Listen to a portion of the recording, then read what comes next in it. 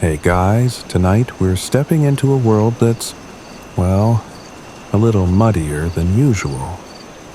Imagine opening your eyes and realizing you're no longer human.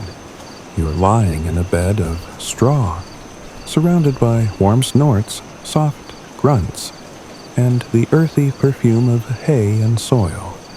Your skin feels thick and rubbery. Your nose, far too sensitive. And when you try to speak, all that escapes your mouth is a sharp, comedic oink. Congratulations, you've become a pig. And honestly, you probably won't survive this cleanly. So, before you get comfortable, take a moment to like the video and subscribe. But only if you genuinely enjoy what I do here. Tell me in the comments where you're listening from and what time it is in your corner of the world. Now, dim the lights, maybe turn on a fan for that soft background hum, and let's ease into tonight's journey together. The straw rustles beneath your belly. It's morning, the kind that paints golden stripes across the barn's wooden walls. You blink at the dancing dust motes and catch a whiff of breakfast somewhere nearby. Fermented grains, sour milk, a hint of carrot peel. You'd think that sounds disgusting, but strangely, it doesn't. Your stomach growls in approval. Around you, other pigs shuffle away. One sneezes so hard the straw sprays like confetti. Another grumbles something that sounds suspiciously like, "Move over, rookie." You try to answer, and out comes a startled squeal. The others look at you, unimpressed. In the hierarchy of pigs, you're definitely the new guy. A distant clatter echoes. Metal buckets. The farmer's boots striking against the ground. The morning chorus begins. The rooster's smug crowing, hens gossiping about egg-laying quotas, and cows humming low notes that vibrate through the barn walls. You feel tiny in this orchestra of creatures, yet oddly at home. You waddle up, testing your legs. They're short, sure, but sturdy. The straw feels cool under your hooves. And that smell. Oh, the smell of everything. Humans never truly understood how alive a farm smells. Wet soil, manure, sunlight, even the metallic hint of the bucket swinging near the door. The farmer steps in, humming an old tune that historians still argue whether it's a 19th century folk song or just something farmers made up to sound wise. He pats your head. His hand is rough, calloused, but oddly gentle. You notice a thin scar on his wrist, shaped almost like a crescent moon. It catches your new piggy attention for reasons you can't explain. Breakfast arrives in a giant trough, a bubbling mixture of grains, milk, and vegetable scraps. The smell is intoxicating. The herd surges forward like a pink tidal wave. You hesitate, then dive in. The first taste hits you like nostalgia and hunger colliding. Warm, tangy, full of life. You realize pigs don't just eat.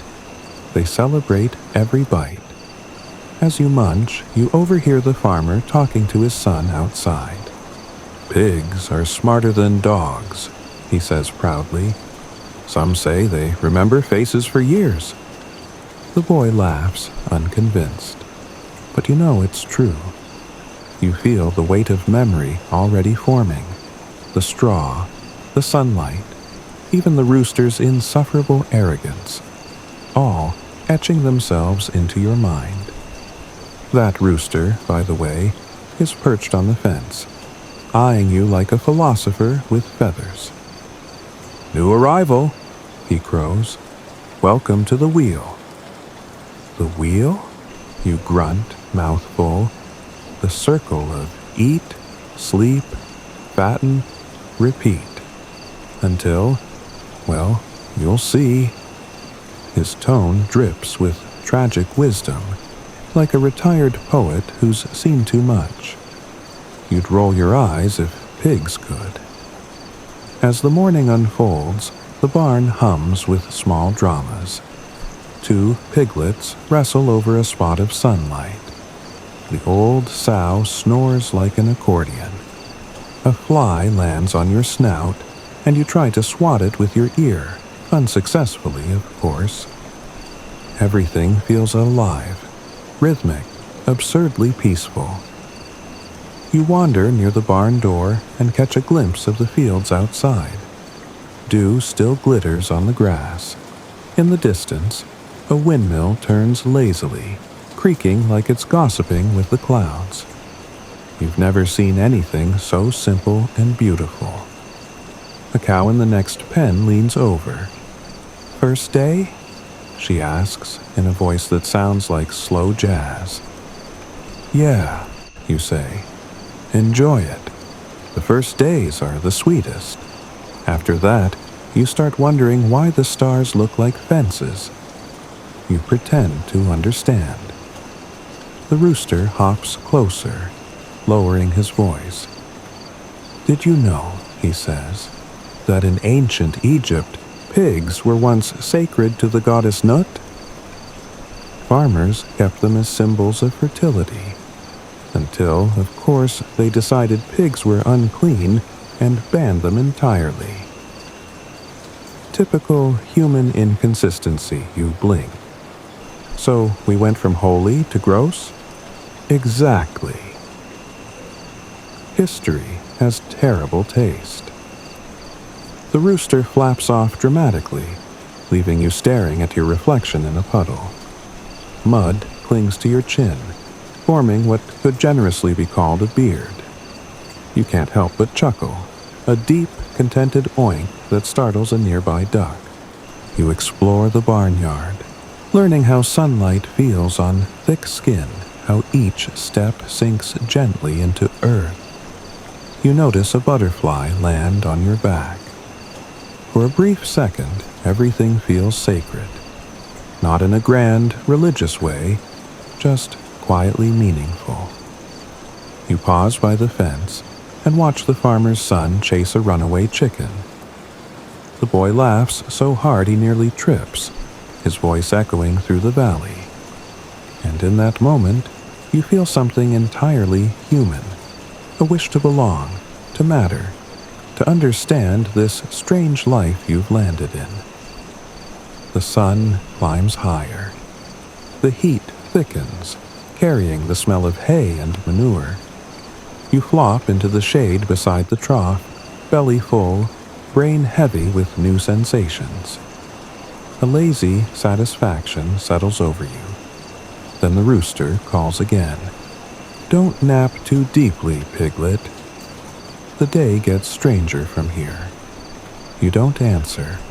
You're already half asleep, snout twitching in the warm air, dreaming of the open fields beyond the fence, and wondering faintly if maybe the rooster's right.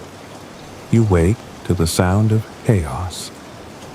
It's breakfast time again, but this morning the barn feels like a carnival. Clattering buckets, squealing excitement, and that unmistakable sound of 10 hungry pigs elbowing each other for prime feeding spots. You blink sleep from your tiny eyes, yawn a dramatic oink, and realize something vital.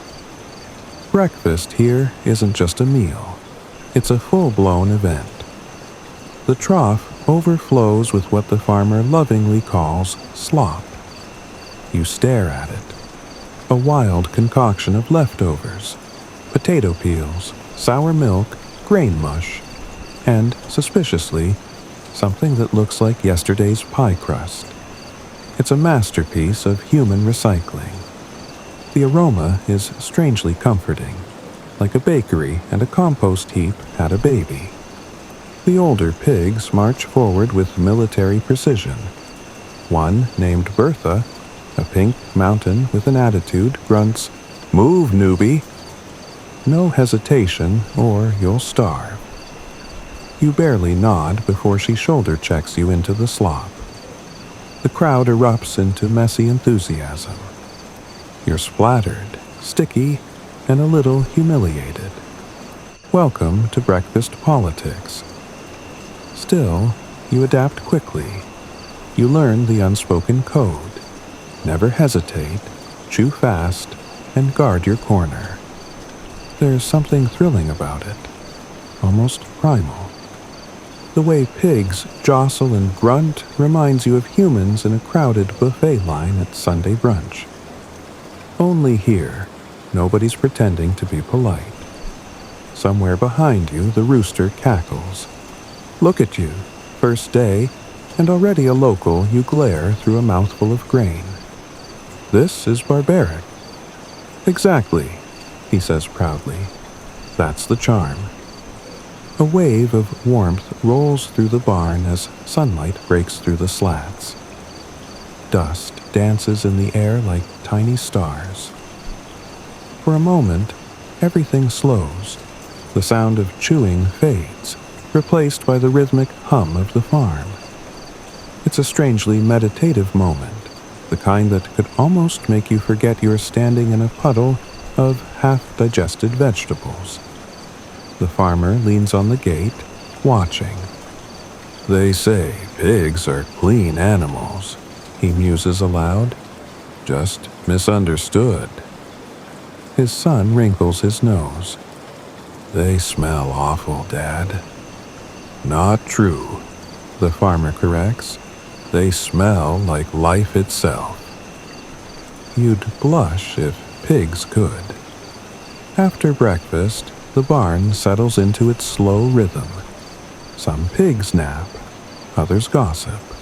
Low grunts punctuated by squeaks of laughter. You overhear one claiming she saw the farmer writing something in a red notebook. Another whispering that a pig from the next farm disappeared last week. The air hums with curiosity and mild paranoia.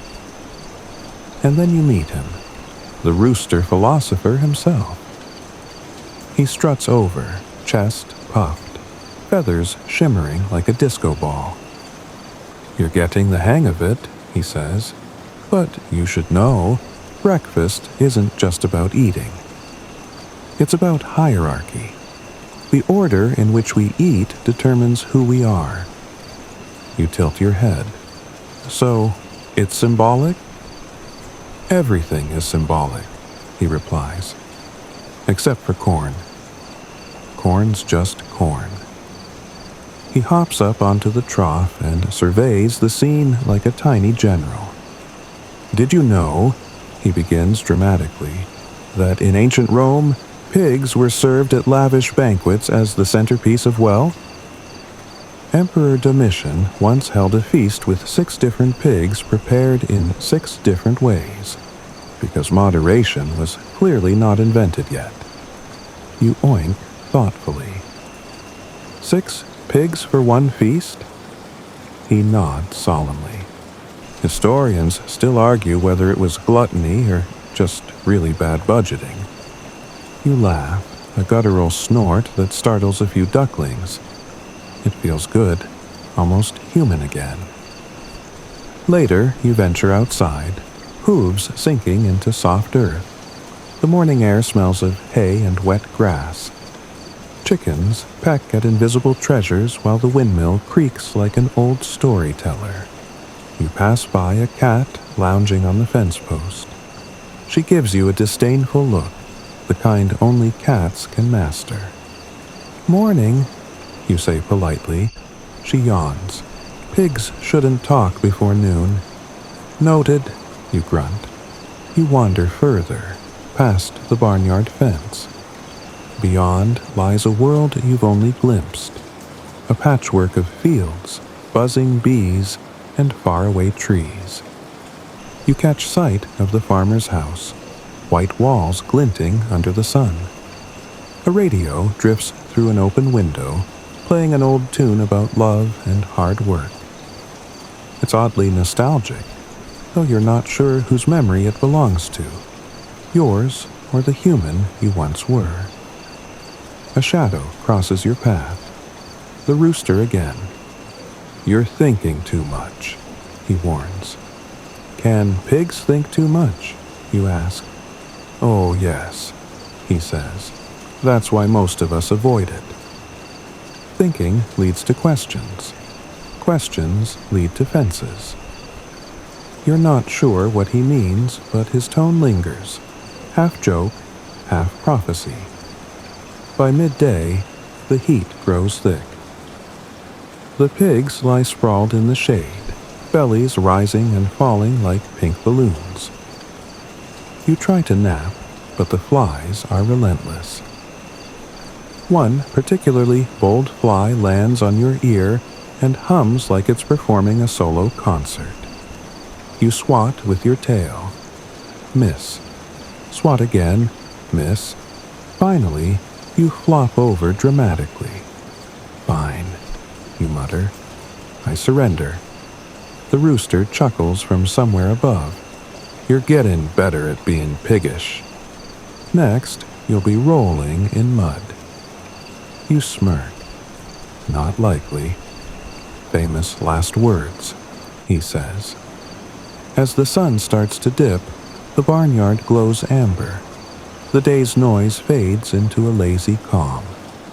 You can almost hear the heartbeat of the farm, the gentle rhythm of creatures existing together. You feel content. It's strange how quickly comfort can replace confusion. But there's something else, an itch in your mind, a question you can't quite shake. Why did the other pigs whisper about disappearances? What's in the farmer's red notebook? And why does the rooster's wisdom always sound like a warning? The breeze carries a scent of rain and mystery. You glance toward the distant forest, where the horizon blurs into twilight. Somewhere out there, a dog howls, long and low. The rooster murmurs, "Every paradise hides a fence." You close your eyes, pretending to nap. But deep down, you know this story is just beginning. You wake to rain tapping on the tin roof, a soft, rhythmic drumming that makes the whole barn feel like a heartbeat. The air is thick with that glorious smell of wet earth and hay, a scent that somehow feels ancient and brand new at once. The other pigs are restless, the kind of restlessness that comes when the weather traps you indoors with too many thoughts and too little mud. Mud. You've heard the others talk about it, the sacred slop, the elixir of joy, nature's moisturizer. You've seen them rolling in it with sheer, unfiltered bliss, and every time you thought, really? That can't possibly feel good. But today, something inside you changes. Maybe it's boredom. Maybe it's curiosity. Or maybe it's destiny calling. Muddy destiny. The farmer opens the barn doors, and a gust of damp air rushes in. Beyond the threshold, the yard glistens like a bronze mirror of puddles and muck. Bertha, the pink powerhouse, snorts, "First rain of the season. Don't waste it." She charges out, hooves splashing, laughter rumbling from her throat. One by one, the others follow, each pig squealing with the kind of joy that makes your heart ache. You hesitate, then step forward. Your hoof sinks into the mud with a plop. It's divine. Cool, soft, strangely therapeutic. You take another step, and another. Before you know it, you're knee-deep, snout first, diving into what might just be the greatest sensation in the animal kingdom. The mud hugs you like a weighted blanket. It coats every inch of your skin, cooling you from the heat, grounding you to the earth. You roll over, grinning internally. I get it now, you mutter. I've joined the cult. The rooster, perched on the fence, smirks. Took you long enough. Humans spend fortunes on spa treatments, and here you are, doing it for free. Don't ruin this moment, you reply. I'm just saying, he teases. Romans used mud for beauty rituals too. Nobles believed it rejuvenated the soul.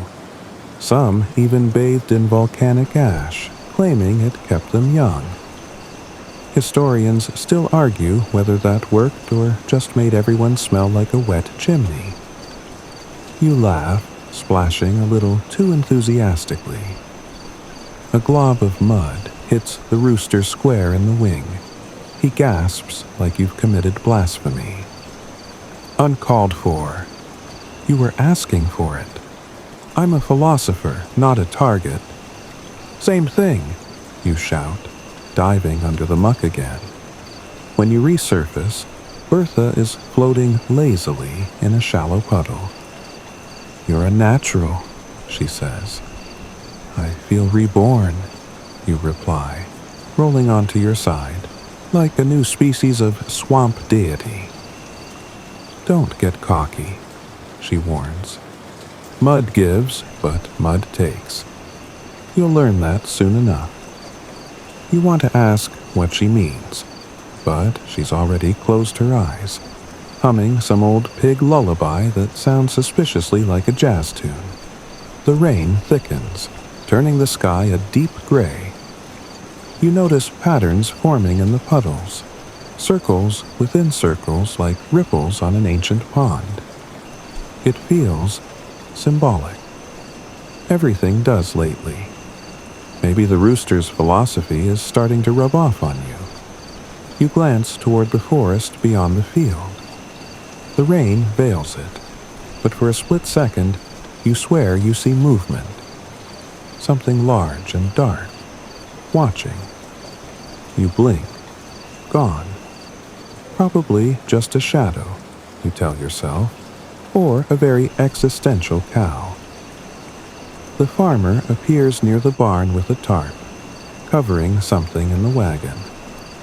You catch a glimpse, a flash of pink beneath the cloth, unmistakably pig-like.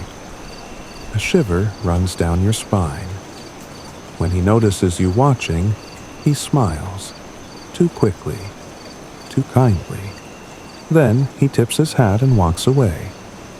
The rooster hops closer, feathers dripping. See, he says softly. The mud may cleanse, but it also reveals. You snort. You're starting to sound like a fortune cookie. Then listen closely, Piglet. Not every puddle is shallow. You're not sure what to say to that, so you just lie back and let the rain hit your belly. The droplets feel like tiny drummers playing on your skin. You wonder if the ancient Romans ever had moments like this. Pure, filthy joy. Probably not. They'd have written an essay about it first. Time slows. The world smells of life and renewal. You can feel the rhythm of the earth beneath you, steady and slow, like a heartbeat syncing with your own. You think about how strange it is, how quickly you've gone from human chaos to this quiet animal wisdom. Maybe pigs know something people forgot, that simplicity isn't dull, it's sacred. A frog hops past, utterly unimpressed by your enlightenment. You grin.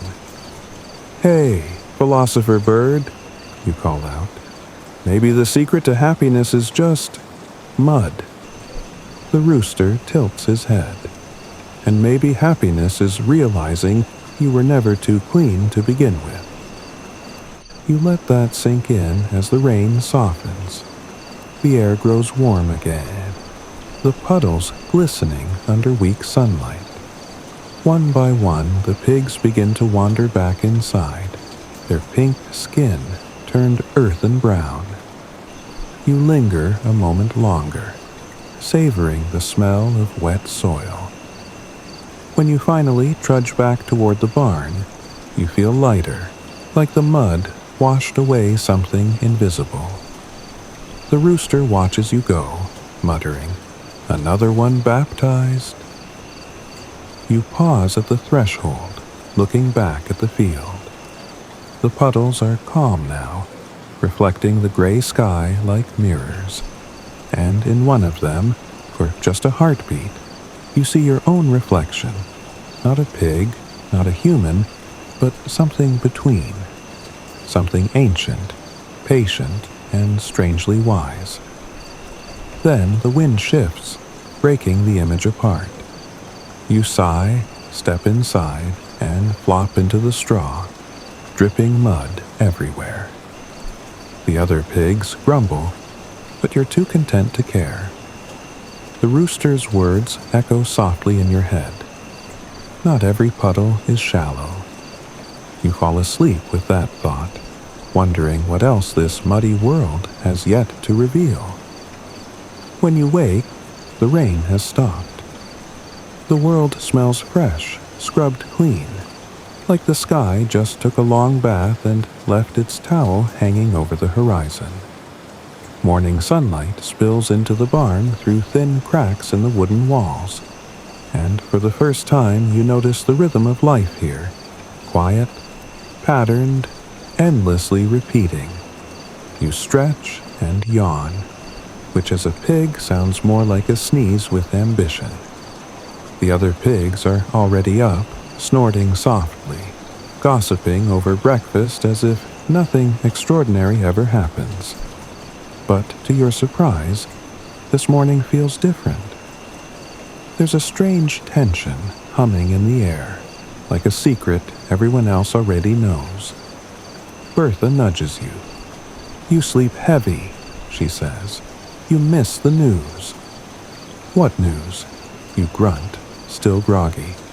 "The brown pig from the next pen." "Gone." "Gone where?" She glances toward the farmer's house. "That's the question." You look around. The barn feels emptier now. There's a gap where that brown pig used to lie, a hollow spot in the straw that hasn't yet cooled. You remember the tarp-covered wagon from yesterday and the faint pink you'd seen beneath it. Your stomach twists, though not from hunger. The rooster hops onto the gatepost. "Don't look so startled, my muddy friend. Disappearances are part of the cycle. You eat, you sleep, you vanish, and life goes on.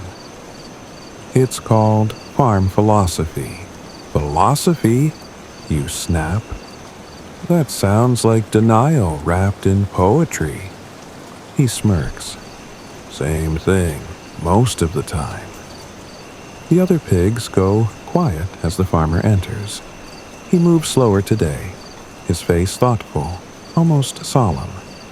He refills the trough, hums that same tune again, the one historians still argue whether it's a forgotten folk song or something his grandfather made up. The sound echoes off the barn walls, warm yet haunting. When he leaves, the rooster lowers his voice. "There's a reason the fence faces east," he says. "What reason?" you ask. "So we can't see where the wagons go." You stare at him. You're full of half-truths. "And you're full of curiosity," he replies.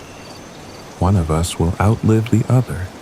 You wander outside later, your mind spinning like the old windmill. The farm stretches endlessly in every direction, but somehow it feels smaller now. The fence looms larger than before, an iron line that hums with electricity. You hadn't noticed that faint buzz before.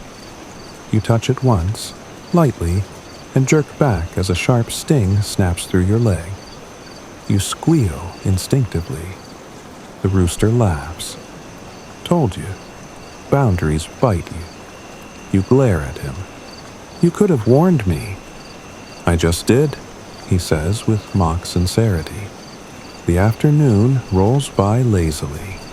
The air hums with insects, and the mud from yesterday has dried into patches of cracked earth. You sit near the fence, listening to the faint rustle of the forest beyond. It sounds alive, different from the orderly chaos of the farm. Something about it calls to you, like a memory buried under too many layers of straw. A small sparrow lands beside you. Its feathers shimmer in the sunlight, tiny and perfect. "You shouldn't stare at the woods," it chirps. "Why not?" you ask. "Because the woods stare back." Then it flies off, leaving you thoroughly unsettled. Bertha waddles over, shaking her head. "Don't listen to birds. They think in riddles. So do roosters," you point out. "Yes," she says, "but at least he believes his own nonsense." She lowers her voice. "You ever wonder why the farmers smile so much?" You nod. "I noticed." "Yeah." He smiles like someone who already knows the ending. Her words hang in the air, heavy and true. You don't reply. That night, you can't sleep. The barn is quiet except for the rhythmic breathing of sleeping pigs and the occasional creak of wood settling in the cool night air. Moonlight spills through the slats, painting silver lines across the straw. You get up and wander toward the fence again, drawn by that same uneasy curiosity. The rooster is awake, of course, perched like a sentry. "Can't sleep?" "Not with all these questions," you murmur. He tilts his head. "Then you're ready." "For what?" "To hear the fence's secret." He flutters down, landing near your hooves. "Listen closely," he whispers. "Every few weeks, one of you vanishes. But not all who vanish die. Some escape. Some make it to the wild, where the humans don't rule. They say those pigs run free in the forest, untamed, wise, nearly mythical. The humans call them boars, but among us they're legends." You blink. "Are you saying they're alive?" He nods. "Alive and waiting." You look toward the dark forest again. The moonlight barely reaches its edge, but you think you see movement there. Something swift and strong. Something that doesn't belong to the farmer. "Historians still argue," the rooster says softly, "whether the first fences were built to keep animals in, or to keep something else out." A chill runs through you.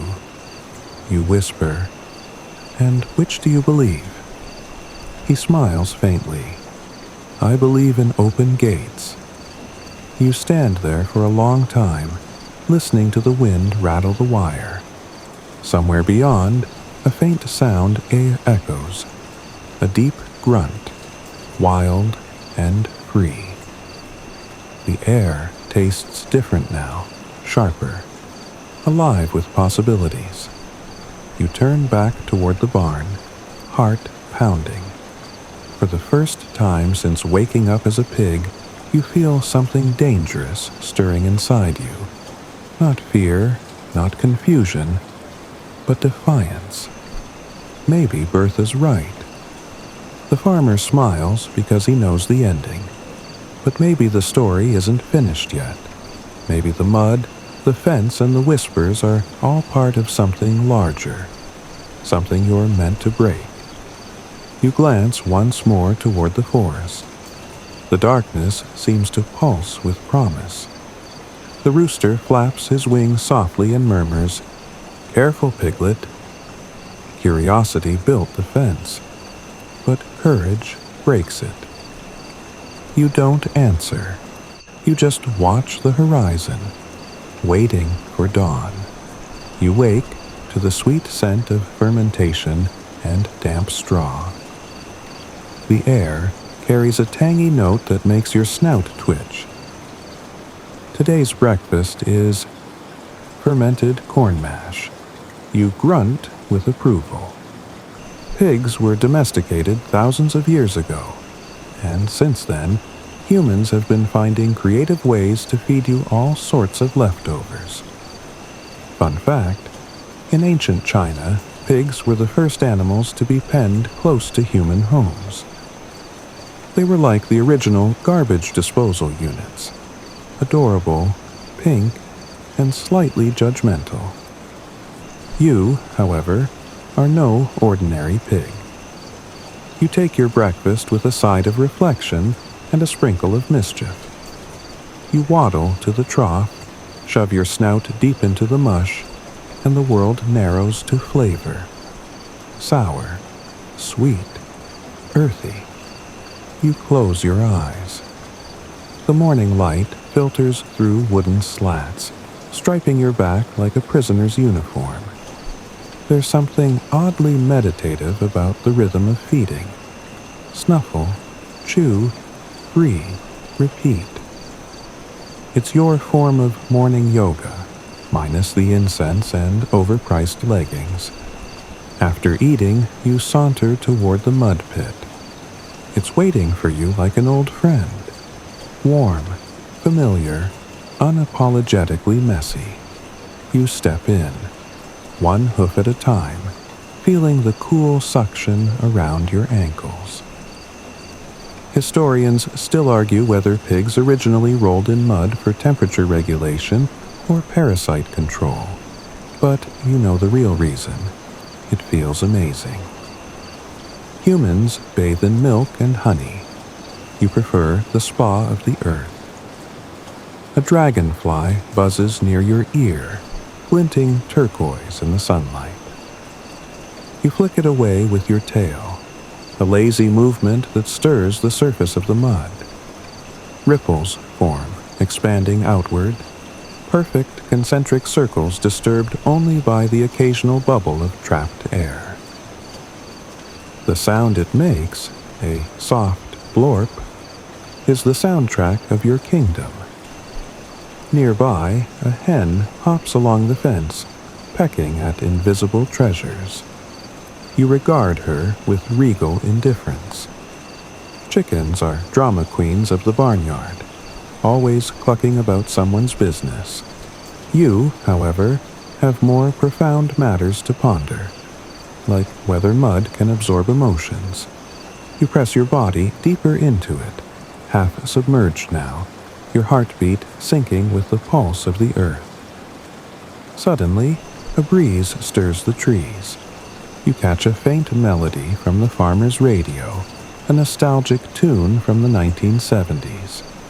Humans seem obsessed with music, and you can't blame them. There's rhythm in everything, even in how you snort or how the wind hums through the cornfield. In ancient Greece, pigs were sometimes sacrificed during musical festivals honoring Demeter, the goddess of harvest. Morbid, yes, but it shows that even back then, humans associated you with life's abundance. You roll over, sending a satisfying splash into the air. A droplet lands on your snout, cold and refreshing. You blink and sneeze, startling a nearby duck who waddles off indignantly. You can't help but grin. If pigs could grin, that is. Your world is small, but full. Food, mud, sunshine, and the occasional dramatic poultry exit. As the sun climbs higher, the air thickens. The smell of hay and manure intensifies. But to you, it's not unpleasant. It's memory. You remember your first days as a piglet, snuggling with your siblings, the warmth of your mother's side. There's comfort in knowing that life doesn't demand grandeur to be meaningful. A full belly, a cool patch of mud, and you're at peace. A soft snort escapes you, half sigh, half gratitude. Yet beneath the calm, something stirs, a whisper of curiosity. Beyond the fence lies the forest. You've seen it every day, that shadowed edge of mystery. What lies past it? Wild boars, perhaps. Distant cousins who never traded their freedom for safety. Historians still debate whether domestication made pigs smarter or just lazier. You like to think it made you both. A philosopher in pink skin. The farmer passes by, tipping his hat. He doesn't notice your contemplative gaze. To him, you're just another pig. But deep down, you're plotting. Not escape. No, that's too dramatic. But exploration. One day, you'll find a way past that fence, if only to feel grass untouched by hooves. A crow lands near your trough, cawing sharply. You tilt your head, meeting its beady eyes. There's something ancient about birds like that. Messengers between worlds, or so the old myths say. In Norse mythology, Odin's ravens, Hugin and Munin, flew across realms to gather knowledge. You wonder what they'd think of a pig meditating in mud. Probably nothing flattering. The heat makes your eyelids heavy. You settle into a half-dream, the kind that blurs boundaries between waking and sleep. You imagine running through an open meadow, the wind slicing past your ears. Your body feels light, almost human. You leap over puddles, dodge clouds of butterflies, and for a fleeting moment, you understand freedom. Then the dream shifts. You're back in the pen, but the fence is gone. The world feels wider. A voice, soft, distant, calls your name. Or maybe it's just the farmer calling for lunch. Either way, you stir awake, stretch, and shake the mud from your body. You've never felt more alive. You head toward the trough again, passing a mirror-like puddle. For a second, you catch your reflection. You don't look half bad for a creature that spends its life in dirt. Your eyes, though small, hold depth. Wisdom, mischief, and maybe a touch of longing. Somewhere in the distance, thunder rolls, the smell of rain teases your snout, and excitement sparks in your chest. A storm means new mud, fresh and untouched. You lift your head toward the sky and let out a contented grunt. Nature's about to clean the world, just so you can make it dirty again. The storm arrives like an orchestra tuning up. First, the soft patter of rain, then the deeper drum roll of thunder. You stand perfectly still, snout tilted skyward, letting the cool drops speckle your muddy back. There's something primal about rain. It blurs everything. The line between earth and sky, between stillness and movement. You take a deep breath, savoring the metallic tang in the air, the way the wind carries both chaos and calm. You trot toward the center of your pen, where the ground dips slightly and water gathers. Within minutes, the puddle swells into a pond, the perfect playground. You plunge in, splashing with unrestrained joy. Somewhere, a horse snorts disapprovingly from its stable. Horses always think they're too elegant for mud. You let out a cheeky oink in reply. You are a pig, the original connoisseur of mess, and this is your moment of glory. Raindrops drum against your back like applause. You close your eyes and imagine the world before fences. Back when your ancestors roamed forests, rooting for truffles and acorns. Did you know the Romans trained pigs to find truffles long before dogs got the credit? You picture yourself in a toga, sniffing through Italian hillsides while noblemen cheer you on. Historians still argue whether the practice began in ancient Rome or earlier in Etruria. But either way, pigs were the heroes of fine dining before fine dining even existed. A lightning flash slices the horizon, white against gray. For a second, your reflection in the water looks like a creature of legend. Mud slick, tusk glinting, eyes full of stormlight. You laugh softly. If myths had told of pig gods, maybe humans would treat you with more reverence. In ancient Egypt, pigs were sacred to the goddess Isis, though their reputation wavered later when some priests declared them unclean. Funny how divine status can change faster than the weather. You shift your weight, feeling the mud slurp around your legs. The rhythm of rain grows hypnotic. The fence posts creak in the wind, the trough overflows, and the entire pen transforms into a swirling patchwork of puddles. The chickens retreat under the coop, squawking in protest. You, however, thrive in this chaos. Then, movement. Through the sheets of rain, you spot something small and wild darting near the edge of the pen. A young boar, perhaps, or a feral cousin drawn by the scent of wet earth. Its fur bristles with water. Its eyes gleam with the kind of freedom you only dream about. You stand still, watching. The boar watches back.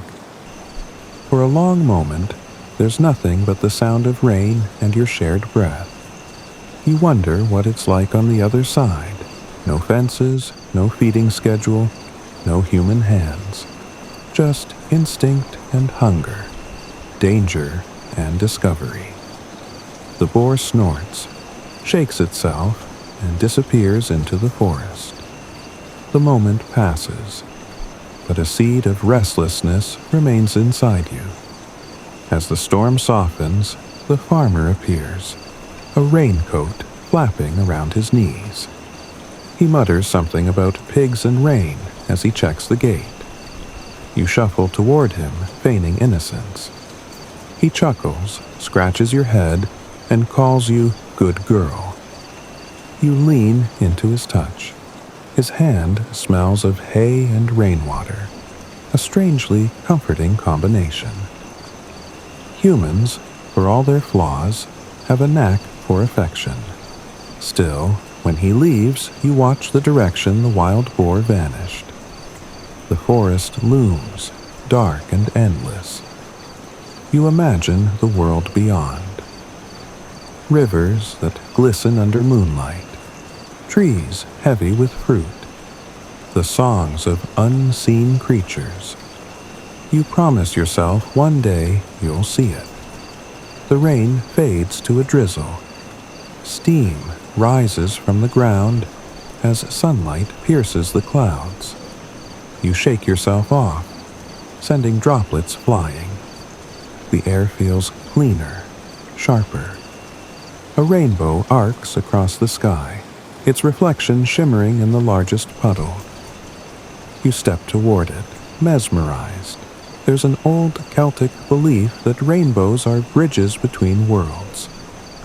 Historians still argue whether the myth originated from Norse or Irish lore, but either way, it's a lovely idea, a path connecting what's real and what's dreamed.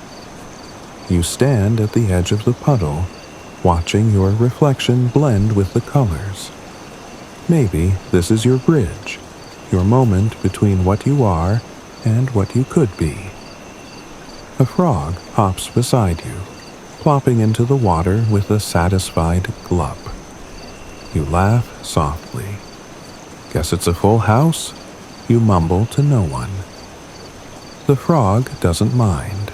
It croaks approvingly, as if to say, The mud belongs to all of us. The sun dips lower, painting the world in gold. You lie down in the warm puddle, feeling both exhausted and exhilarated. The storm has passed, but its energy lingers, a quiet hum beneath your skin. You realize that life isn't about escaping the pen, it's about finding beauty in every drop that falls within it. As twilight deepens, fireflies flicker along the fence, tiny lanterns marking the border of your world. You watch them, eyelids growing heavy. You think of the boar again, of ancient forests and rainbow bridges.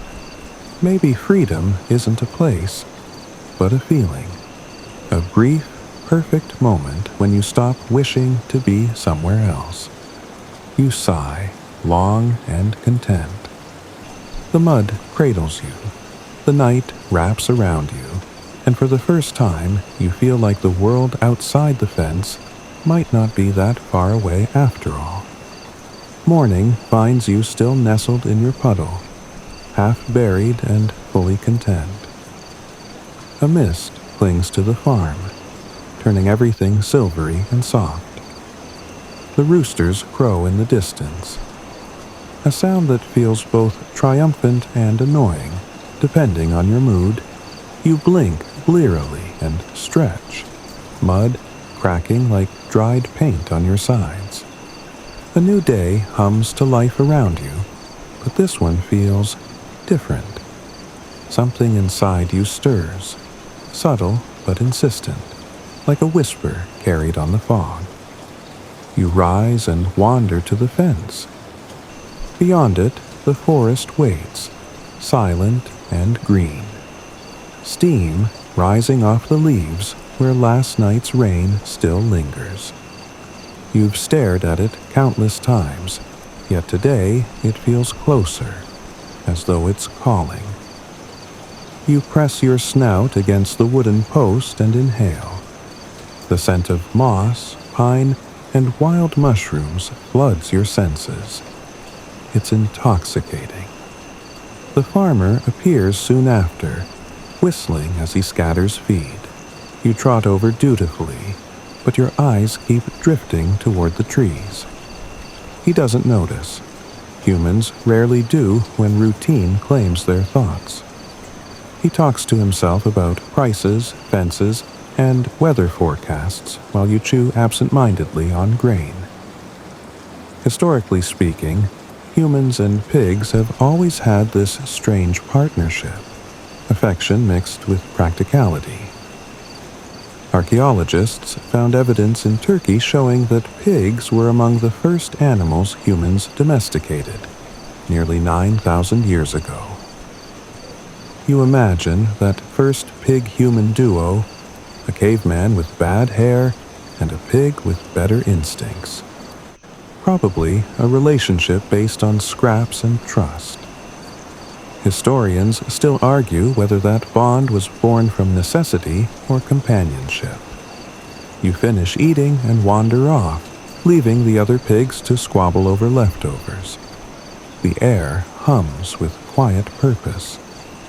You circle the pen, tracing the perimeter, hooves pressing small patterns into the soft earth. Near the far corner, you spot it, a loose board in the fence, barely noticeable unless you were looking for it. Your heart thumps. You nudge it gently. It wobbles. Once, twice. Then, with a soft crack, it shifts enough to reveal a gap. Not big enough for a horse, but for a clever pig with determination, perfect. You glance around. No farmer in sight. The chickens are busy gossiping. The dog's asleep under the tractor. This is your chance. You slip through the gap, the rough wood brushing against your sides. For a moment, you freeze, expecting a shout or whistle. Nothing. Only the hum of cicadas and the distant moo of a cow. Then you step forward.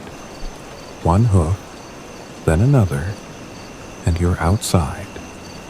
Freedom smells like damp leaves and possibility. You pause, letting your senses adjust. The ground is uneven, rich with roots and stones. Every sound feels louder. The rustle of grass, the buzz of insects, the thrum of your own heartbeat. You walk slowly, savoring the strangeness. For the first time in your life, there's no fence guiding your path. A squirrel darts up a tree, chattering indignantly. You snort in amusement. "Relax, I'm not here for your nuts," you mutter. The squirrel flicks its tail, unimpressed. You keep walking deeper into the green.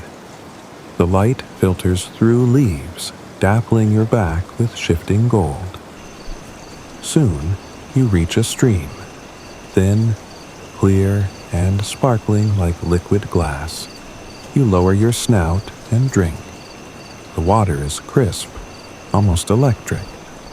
A dragonfly hovers nearby, and you remember the one that teased you back at the pen. You grin.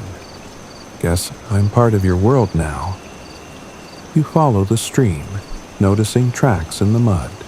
Deer, rabbits, maybe even boars.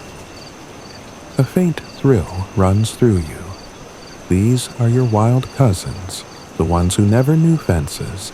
Somewhere in these woods, they roam free, fierce and unwashed.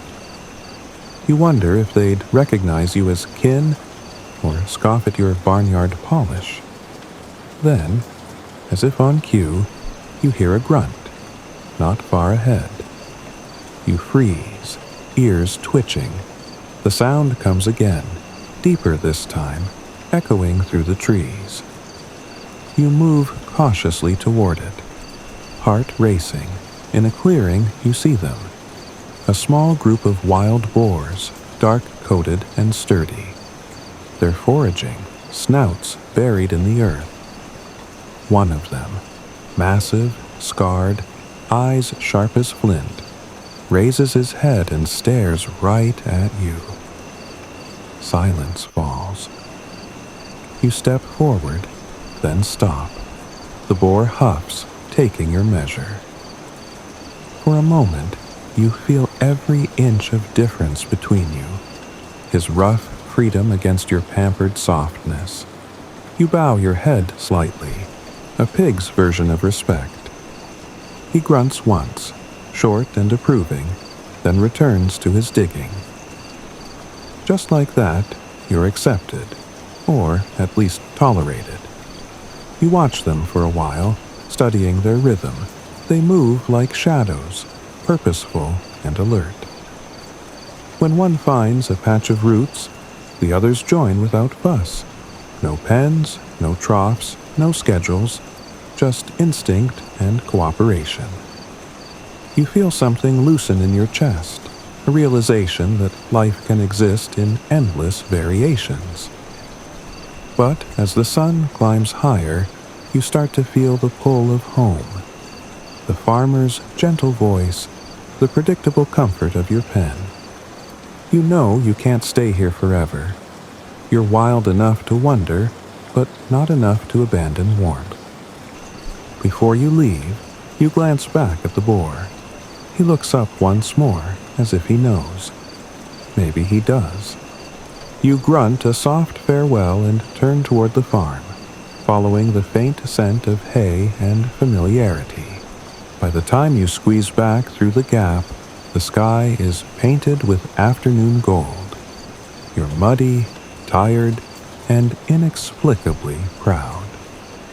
The chickens cluck in outrage at your reappearance as if you've betrayed barnyard protocol. You just wink at them. Lying down in your favorite puddle, you let the sun dry your skin. You've seen the forest, met the wild, tasted freedom. And yet, strangely, you don't feel trapped anymore. The fence is still there, but now, you know what lies beyond it. That changes everything. Somewhere above, a crow caws. Perhaps the same one from before. You smile. "Yeah," you whisper. "I went and came back." The crow's wings beat once, as if acknowledging your quiet triumph. The next few days slip by like slow-moving clouds. You go through the motions. Eat, roll, nap. But everything feels a little different now. It's as if the world has grown bigger while your pen has stayed the same size. The air smells sharper, the colors seem bolder, and even the chicken's gossip sounds juicier. You can't stop replaying the forest in your mind, the trees like green cathedrals, the stream like a silver ribbon, and that wild boar's knowing stare. You catch yourself daydreaming often. The farmer chuckles, thinking you're just lazy, but he doesn't know you've become a philosopher. You ponder freedom the way monks ponder enlightenment. Maybe true freedom isn't running off into the woods. It's knowing you could and still choosing to stay. That thought makes you smile. The farmer whistles as he works, his voice blending with the hum of summer insects. You watch him, realizing how much effort goes into keeping you safe, fed, and comfortable. Humans are strange, so obsessed with control, yet so soft when they care. In ancient times, pigs were symbols of wealth and fertility. Some cultures even believed having pigs meant the gods favored you. Historians still argue whether this belief began in China or spread from Mesopotamia. Either way, it's clear. Humans and pigs have been entangled in destiny since history began. You take a stroll around the pen. The mud, the trough, the sturdy fence, they feel different now, less like barriers and more like familiar walls of a small temple. You find comfort in that thought. But then you notice something curious. Footprints near the fence corner. Not human, not chicken. Boar. You follow them with your snout pressed low, heart quickening. They lead right to the gap where you escaped. Someone's been visiting. You glance at the forest, but it stands still, pretending innocence. Could the wild boar have come looking for you? The idea sends a ripple of excitement through your chest. Later that evening, as twilight descends, you hear it again. A low grunt, cautious but close. You freeze, ears perked. From the shadowed edge of the trees, a familiar shape appears. The wild boar steps out, slower this time, his eyes glinting in the half-light. He stops just beyond the fence, snout lifted. You walk toward him until you're only a few hoof lengths apart. The air between you hums with something ancient. Recognition, maybe, or the quiet acknowledgement of two lives shaped differently by the same ancestry. You grunt softly, a greeting. He answers in kind, voice is deep like the earth itself. You can tell he's assessing you, wondering why you came back. You wish you could explain. That freedom was beautiful but lonely, that comfort isn't weakness, and that sometimes wisdom comes from knowing both sides of the fence, but words aren't necessary. You both understand in your own way. He lowers his head and nudges the ground, unearthing a root, a peace offering. You take it, crunching it with quiet gratitude. The flavor is wild, stronger, more bitter than your usual feed, but it carries the taste of rain and forest air. You love it. He grunts again, something between farewell and invitation, and disappears into the woods once more. You stand there long after he's gone, the twilight deepening around you. The forest seems to pulse with quiet life, and for the first time you feel like part of it. Not a prisoner looking out, but a neighbor separated by a thin wooden line. That night, you lie awake under the stars. The air hums with crickets, and the smell of earth feels heavier, sweeter. You think about the boar's eyes, how they mirrored yours. You think about the farmer too, and how he trusts you to stay. You feel balanced between two worlds, belonging to both and neither. There's an old Japanese folktale about pigs, or boars, technically, called Anoshishi no Yume, the dream of the wild boar. It tells of a boar who dreamed he was human, only to wake and realize he was happier as himself. Historians still argue whether it was originally meant as a moral lesson or a metaphor for acceptance. But you get the message loud and clear. Sometimes, dreaming of being something else helps you appreciate what you already are. You shift in your straw bed, letting that thought sink in.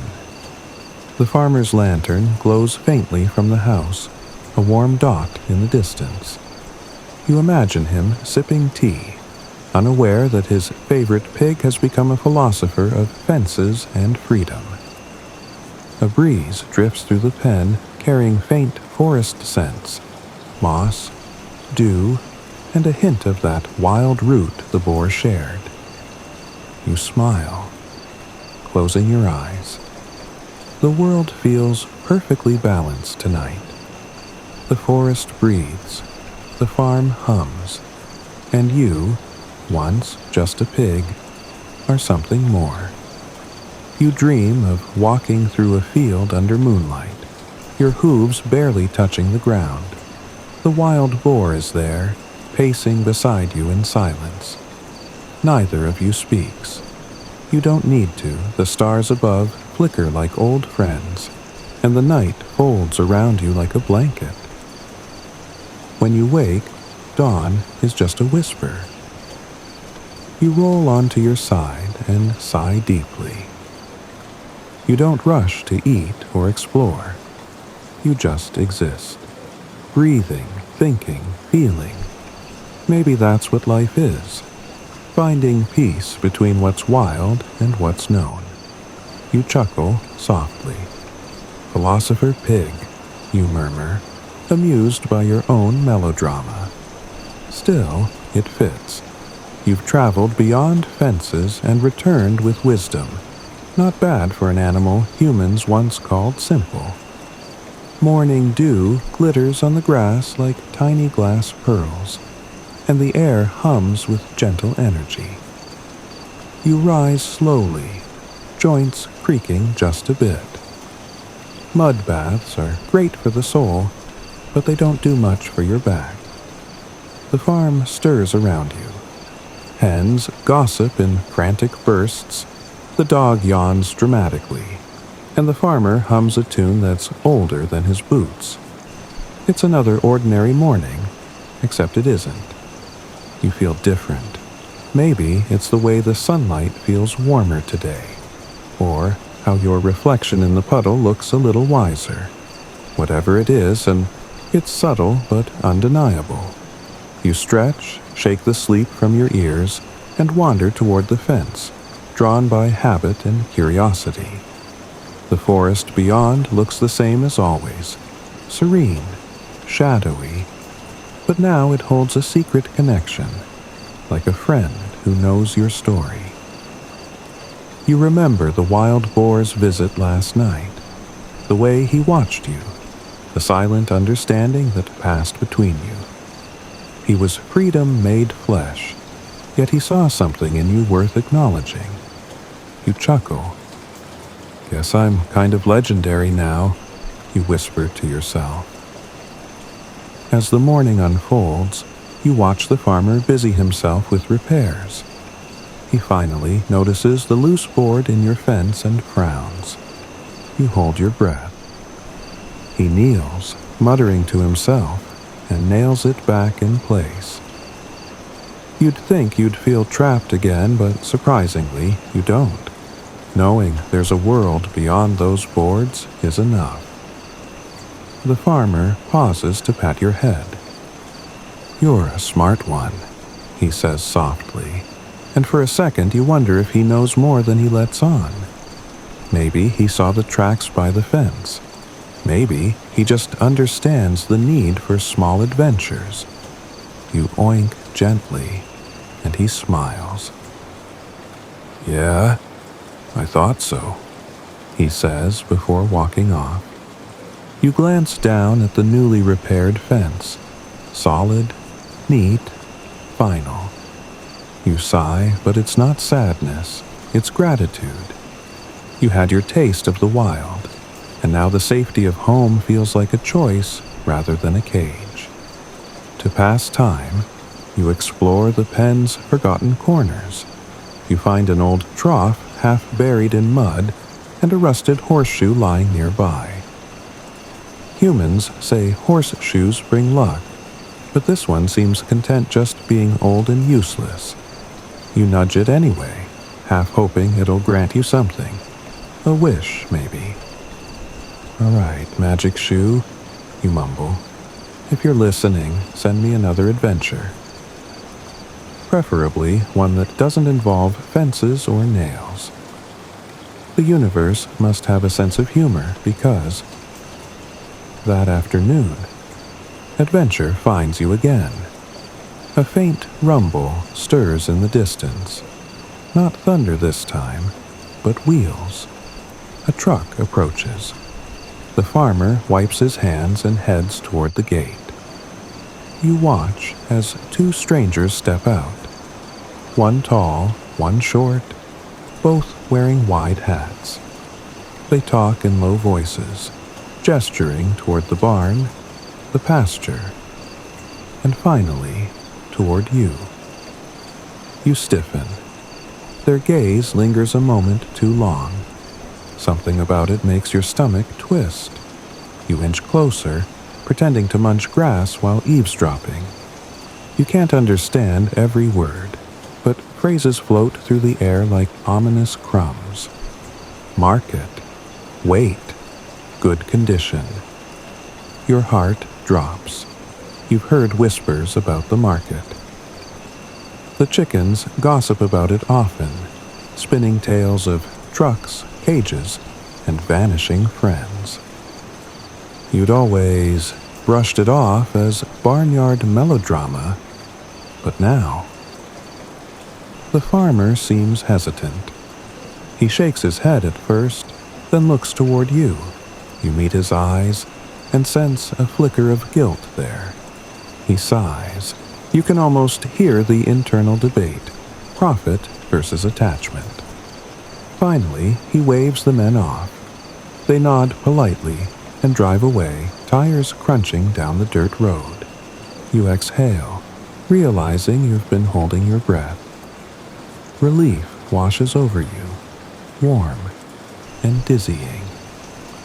You glance toward the farmer, who's watching the truck disappear. Then, quietly, he mutters, "Not this one." Not her. You feel something shift inside, an emotion too complex for words. It's not just safety you feel, but belonging. Humans and pigs have shared this strange bond for millennia. One nurtures, the other trusts. In ancient Celtic culture, pigs were symbols of protection and generosity. Kings would gift them to show alliance. Historians still argue whether those pigs were eaten afterward or kept as sacred animals. You would prefer the second option. The rest of the day unfolds in golden calm. You nap in the shade, listening to bees buzz around the sunflowers. The smell of hay drifts through the air, mingling with the faint metallic tang of the repaired fence. Everything feels stable. Yet the near loss lingers like a whisper at the back of your mind. At sunset, You wander toward the puddle and stare at your reflection again. You see a survivor, but also a thinker. A pig who once touched the edge of the unknown and returned wiser. You laugh softly. Philosopher Pig and the mercy of men, you say, as if announcing the title of your own bedtime story. The forest glows amber under the fading light. You think of the wild boar again. His freedom, his scars, his silent understanding. Maybe he's out there right now, drinking from the stream, glancing toward the farm, wondering how his domesticated cousin is doing. You imagine him chuckling to himself. "She'll be fine," he'd grunt. And he'd be right. The stars begin to appear, tiny sparks against the darkening sky. You settle into the straw, the hum of the night wrapping around you like a lullaby. Somewhere far away, a wolf howls, but it doesn't frighten you. It just reminds you that the world beyond still exists, wild and untamed. Waiting. You close your eyes. You've seen freedom, faced fear, and returned home. And tonight, for the first time, you don't envy the forest. You honor it. You carry it within you. In every breath, every snort, every quiet thought that ripples beneath your muddy skin. The river has been your companion for so long that you can now read its moods like your own reflection. Its ripples speak to you, sometimes soft and pensive, other times mischievous and quick. You've seen it cradle ducklings and swallow careless sandals. Tonight, though, it's mirror still, stretching like a strip of polished jade under the silver spill of the moon. You step in, hooves sinking into the cool mud, and the sensation climbs your legs like a sigh. The stars shimmer in clusters, as if someone sprinkled salt over black velvet. You tilt your head upward, trying to imagine what a pig-shaped constellation might look like. Probably something rotund, maybe lounging among the stars. You chuckle at the thought. Pigs in space, just what humanity needs. A mosquito buzzes past your ear, reminding you that even in your dreamlike wanderings, nature insists on keeping things real. The river's surface trembles, catching your reflection. You barely recognize yourself anymore. You're not the anxious creature you once were, penned and waiting for purpose. You've grown into something freer, wilder, maybe even wiser. You dip your snout in to drink, and the moon ripples like it's smiling back. Farther downstream, the reeds part. Movement. You freeze, expecting a predator, but instead a massive carp surfaces, its scales glinting like coins. In ancient China, carp symbolized perseverance. Legend says one that leaps the dragon gate transforms into a dragon. You wonder what your dragon gate might be. Maybe not a waterfall, but something more invisible, an inner threshold you're nearing. Historians still argue whether that legend was a metaphor for scholar exams or pure folklore, but either way, you like the idea. The carp flicks its tail, splashing you, then disappears beneath the silver surface. You smile, half wishing it luck. Night deepens. Crickets rise in chorus. The world feels suspended, as if even time's taken a nap.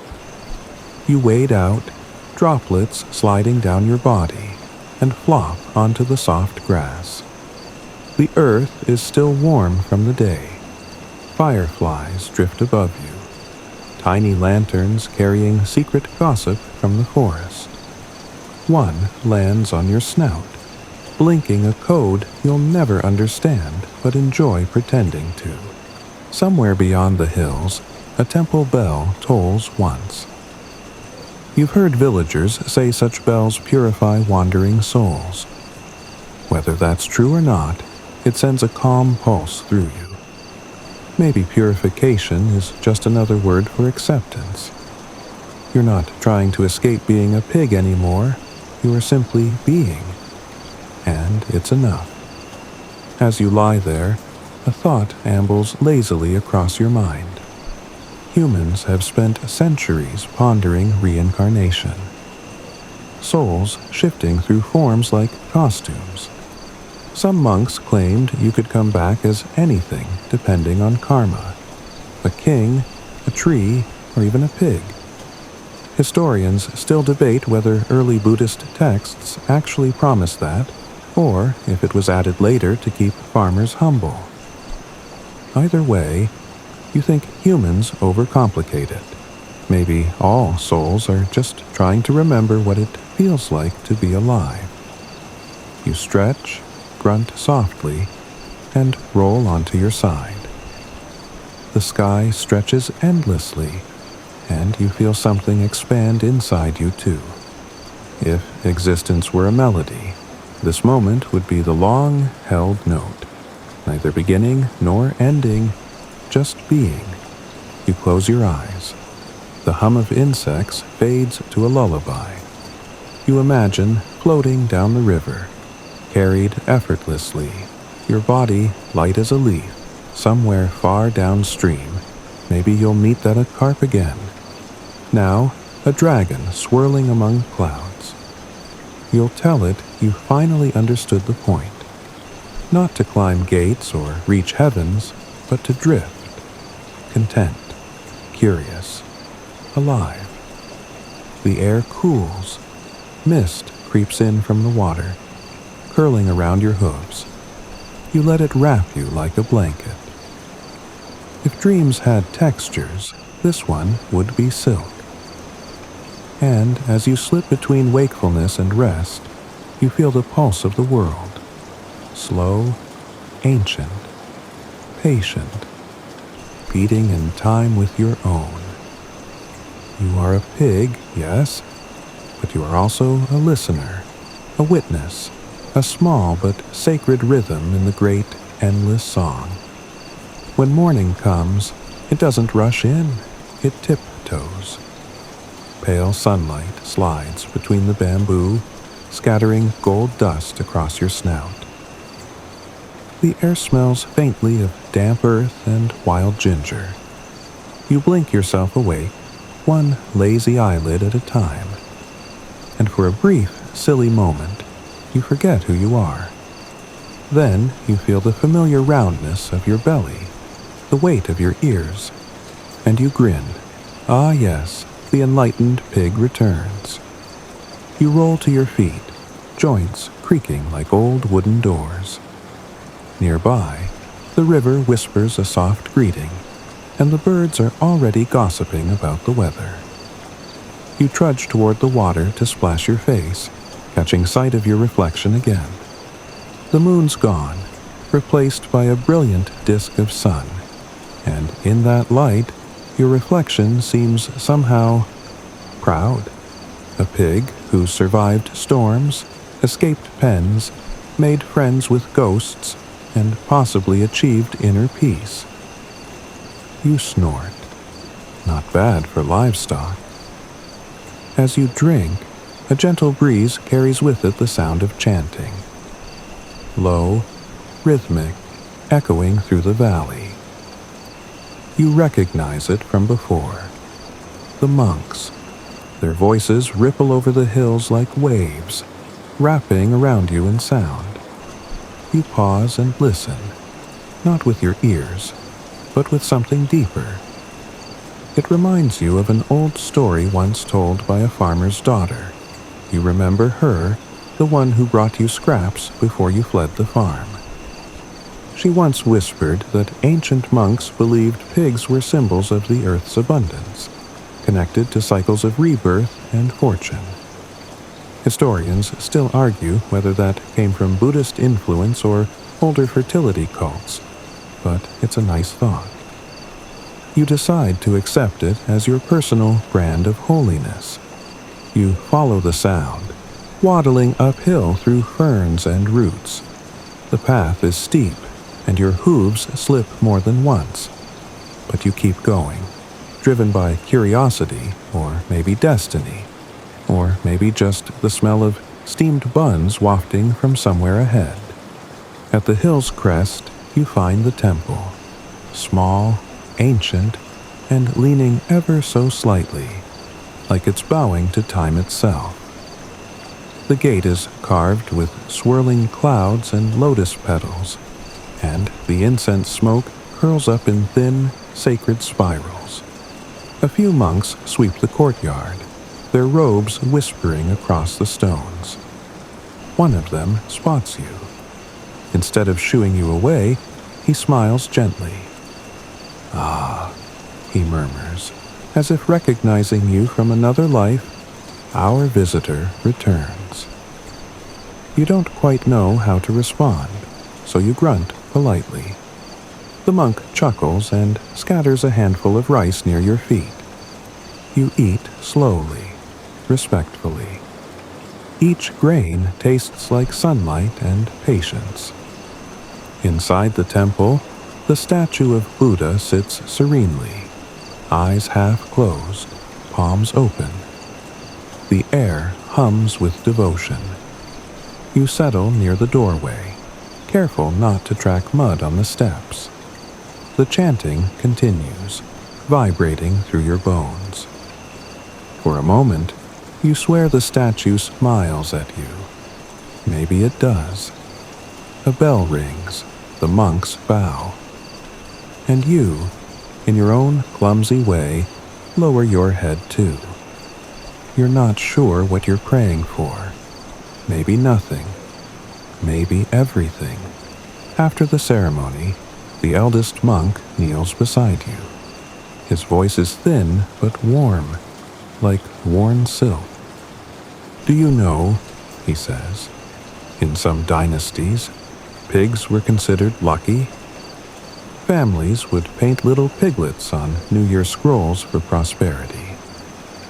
You grunt, half in disbelief, half in pride. "Yes," he continues, "but luck, my friend, is not given. It's recognized." He pats your head, then rises slowly, vanishing into the incense haze. You stand there long after he's gone, thinking about that line. Luck isn't given. It's recognized. Maybe everything you thought was misfortune, being born a pig, surviving the farm, wandering alone, was just disguised luck waiting for you to see it. Outside, the day brightens. You leave the temple with a sense of quiet renewal. The world feels wider, yet more intimate. The breeze feels like a conversation now, and the sunlight on your back like an old friend's hand. Halfway down the hill, you pass a group of children carrying paper lanterns shaped like animals. One of them, a boy missing a front tooth, points and laughs. "Look! The pig's real," he says. You wiggle your tail proudly. The children chase after you, laughing, and for a few gleeful minutes you run together. Pause, beat, and pure joy. When they tire and wave goodbye, you stand there catching your breath. You realize something profound. Life, for all its confusion, still finds ways to be gentle, even to pigs.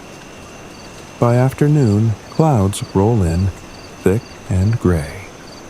Rain begins as a drizzle, then a downpour. You find shelter beneath an old stone bridge, its arches mossy and strong. As you watch the rain bounce off the river, you remember another bit of trivia. During the Tang Dynasty, farmers often built pig pens near bridges because the runoff water was cleaner there. Historians still argue whether that was sanitation or superstition, but you figure it worked either way. You rest there, listening to the drumming rain, the muted chatter of frogs, and the faraway murmur of temple bells. The scent of wet soil rises, earthy and sweet. You close your eyes, feeling the rhythm of it all, the rain, the river, the beating of your heart. And for a long, drowsy stretch, you think, maybe this is what enlightenment feels like. When the rain finally stops, the world looks newly washed, like someone took a soft cloth and polished every leaf, every stone, every ripple of the river. The air tastes clean, touched with the faint scent of blooming jasmine. You step out from under the bridge, shake yourself off, and feel lighter, as if the storm scrubbed more than just your skin. The path ahead glistens, puddled and shining. You walk slowly, hooves splashing through shallow water. Each step feels like a small baptism. The forest hums quietly, refreshed, alive. Somewhere above, a cuckoo calls. In Chinese folklore, the cuckoo's song was said to herald spring, or sometimes sorrow. Historians still argue whether the earliest poems treated the bird as a symbol of rebirth or regret. You decide it can be both. Your belly rumbles. It's not a philosophical hunger, it's the very practical kind that insists on attention. So you follow your nose until you find what looks like an abandoned roadside stall. Its wooden beams are crooked, and its paper lantern still swings gently, though the candle inside has long gone out. There's a pile of half-rotten fruit nearby. Remnants from some traveler or merchant who left in haste. You nudge through them carefully, picking the least spoiled pear. It's bruised, but sweet. You eat it, juice dribbling down your chin. It reminds you of your old life on the farm, how you used to scavenge apple cores and cabbage stems behind the barn. Back then, food meant survival. Now, it feels like communion. Maybe wisdom is just learning to savor what once felt ordinary. As you chew thoughtfully, a strange sound reaches your ears, a rhythmic tapping, faint but deliberate. You follow it around the bend, past the stall, to where an elderly man sits by the riverbank. His robe is threadbare, but his posture upright. He's playing a guqin, the ancient seven-stringed zither, whose music sounds like moonlight turned into sound. You stand still, mesmerized. The melody flows like water, gentle, haunting, timeless.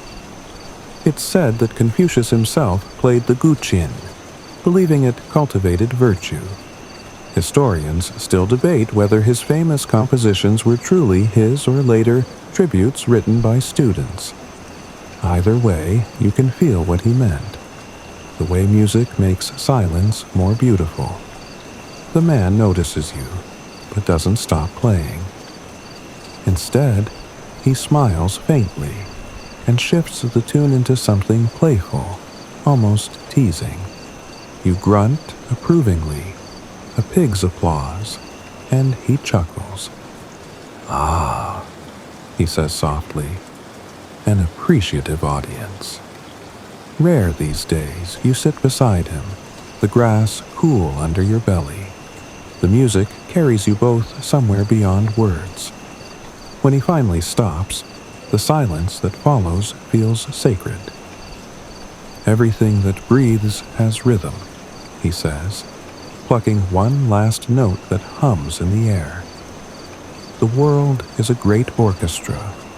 Some play strings, others percussion. You. He taps your snout gently with a wooden pick. You keep the beat. You snort, amused but oddly touched. maybe he's right. You've marched through storms, danced with monks, outwitted farmers. Your life has been one long, unpredictable melody. The man rises, slinging his gutchin over his shoulder. I travel east tomorrow, he says. The sea is calling. He pauses, eyes twinkling.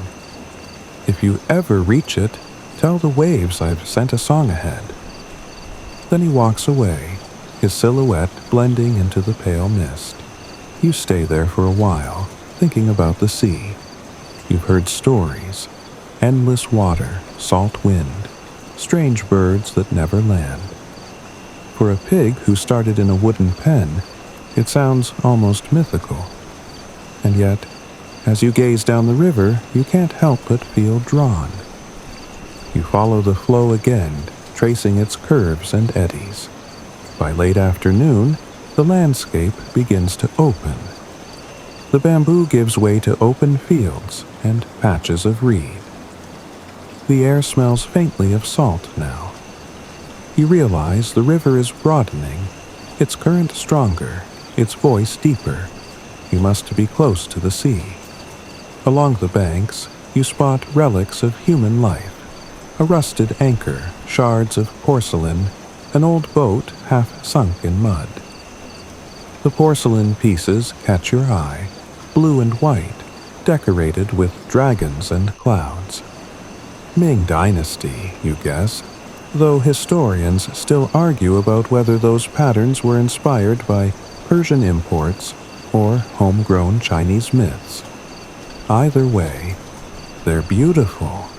You nose one gently, tracing its faded glaze.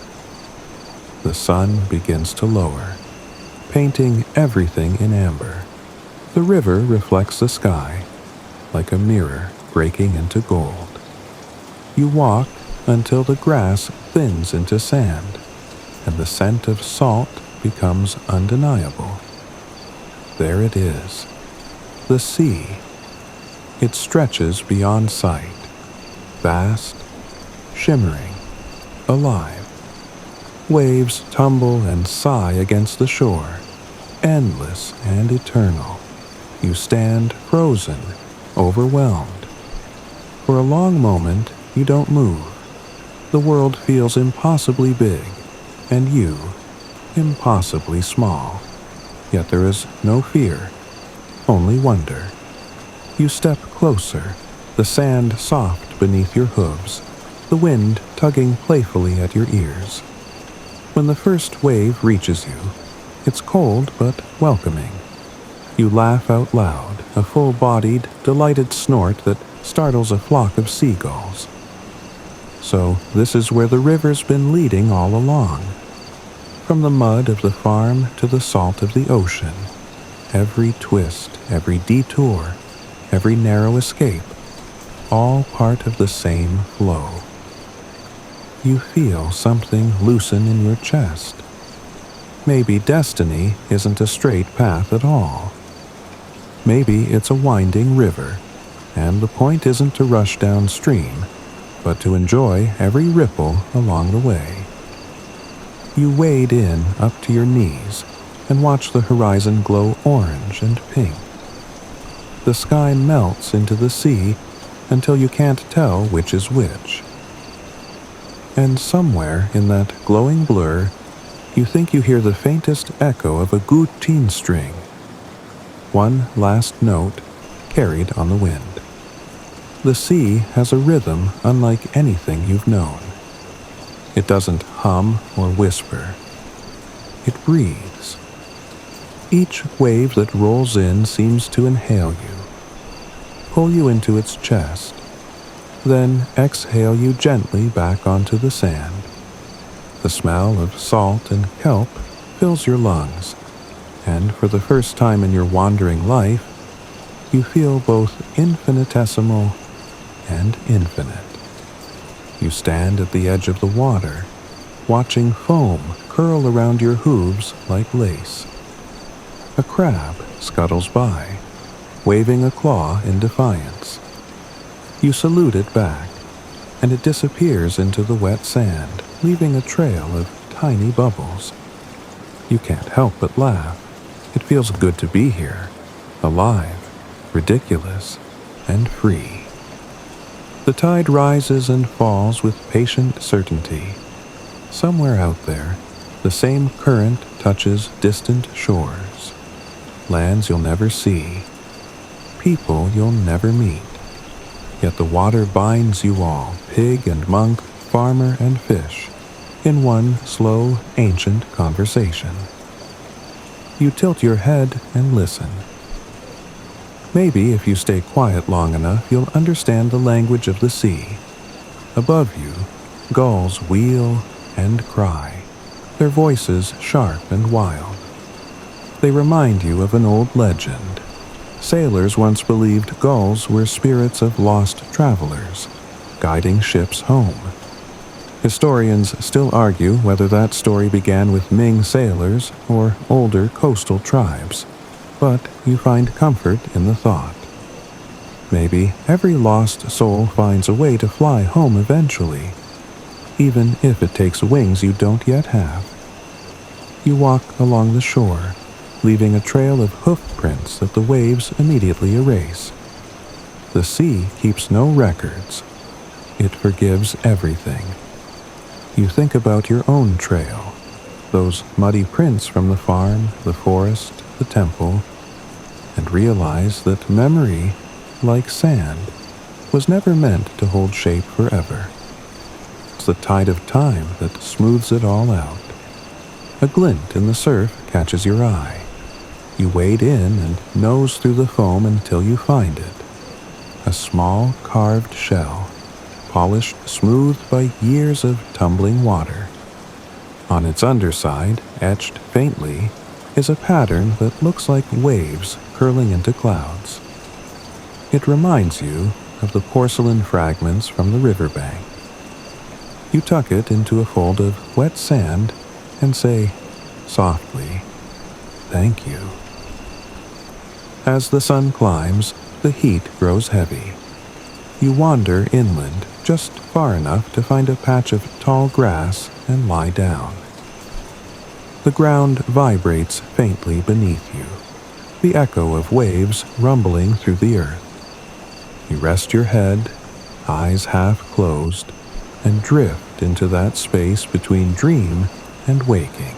In your mind, you see the river again, but this time it's reversed. You're moving upstream, back through the forests, the fields, the temple bells. The journey replays like a lullaby in reverse, each scene soft and golden. You see the monk smiling, the guqin player bowing, the children laughing, the rain washing everything clean. You even glimpse the farm, the pen, the wooden fence, the girl who once fed you scraps. But she's older now, standing at the edge of the field, looking out toward the horizon as if she knows you made it here. When you wake, the world has shifted. The lights changed, golden now, the long shadows of evening stretching across the sand. The sea glows like molten glass. You rise slowly, feeling the day's warmth still clinging to your skin. You walk closer to the water, letting the waves kiss your ankles. Somewhere out there, the sun sinks lower, touching the horizon.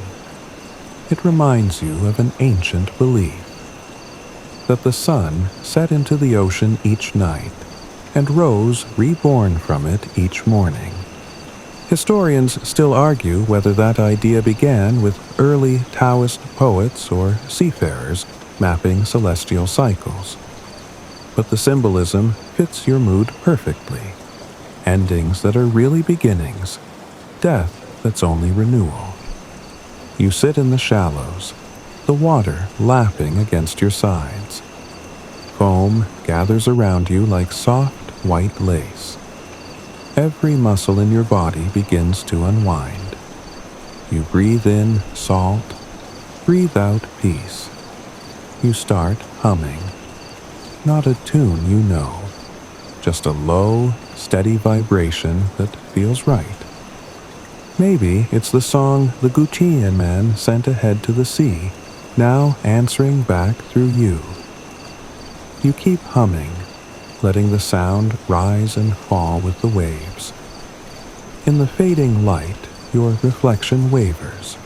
Pig, ripple, shadow, sparkle. You realize you have spent your entire life searching for meaning, and it's been hiding in plain sight. To simply be part of something larger. Not the smartest, not the strongest, just present. Just breathing with the world. Night settles in quietly. Stars blink awake one by one, their reflections trembling across the waves. The air cools, and you sink deeper into the shallows, half floating, half resting. The sea cradles you like a mother, whispering stories in its endless voice.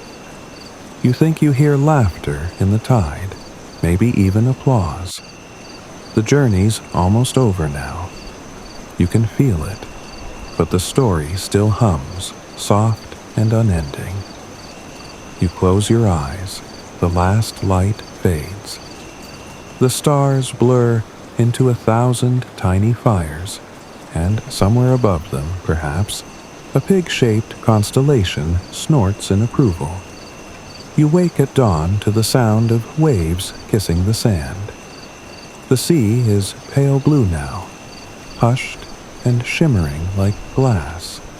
A faint mist drifts along the shore, softening every edge of the world. The tide has retreated overnight, leaving behind a treasure field of shells, seaweed, and driftwood. You rise slowly, feeling the sand cool beneath your hooves. Your joints ache, but pleasantly so, like an old door that still opens.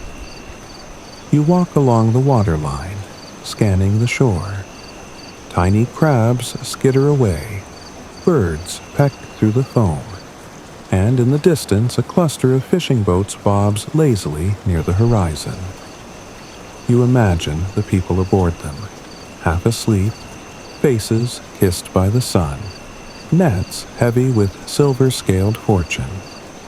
They live between water and sky, the way you've learned to live between dream and waking. You find a smooth piece of driftwood shaped like a crescent moon and push it along the sand. For some reason, it feels like you're signing your name. One last mark before the sea erases it.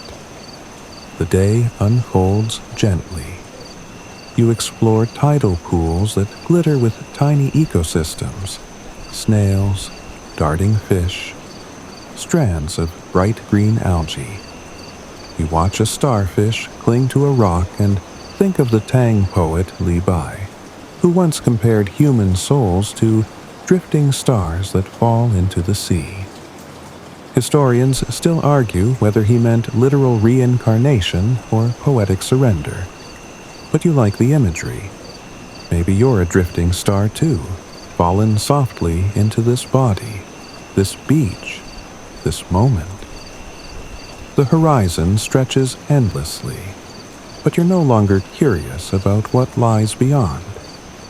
You've traveled enough rivers, climbed enough hills, wandered through temples and rainstorms. Now, peace isn't something you chase. It's something that meets you halfway. As you rest by a dune, you notice something peculiar in the sand. An old bronze coin, half buried, its edges softened by centuries. You nudge it free and study the faint markings, ancient script worn nearly invisible. You recall reading, or maybe overhearing once upon a time, that coins like this were tossed into the sea as offerings to sea gods to ensure safe passage. Historians still argue whether that was superstition or gratitude disguised as ritual. Either way, you like the gesture. You drop it back into the surf, watching it sink gracefully beneath a wave. The tide rolls higher.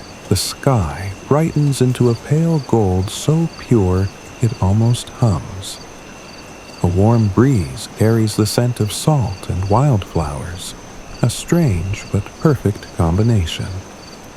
You lie down again, half in the water, half on land, between worlds, just as you've always been.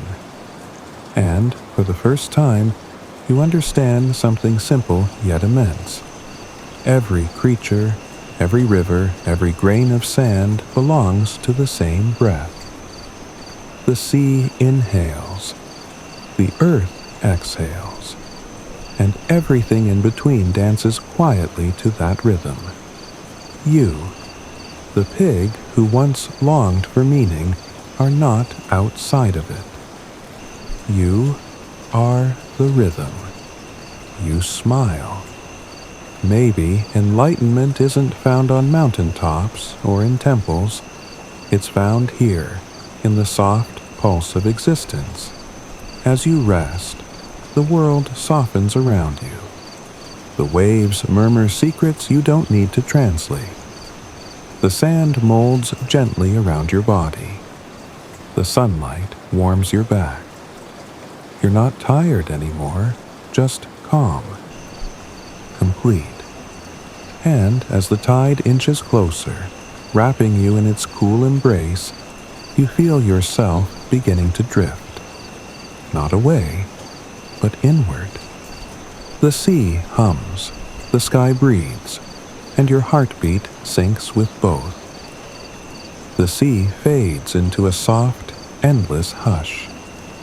The waves grow smaller now, slower, quieter, like the world itself is breathing you to sleep. The sky blushes faintly, a watercolor of morning gold melting into silver mist. You feel weightless, as if the air and water have decided to hold you together for a little while longer. Your thoughts slow, dissolving one by one like shells sinking into sand. The stories you've lived, the farm, the forest, the monks, the river, the guqin player, all settle in the back of your mind, glowing faintly like lanterns floating downstream.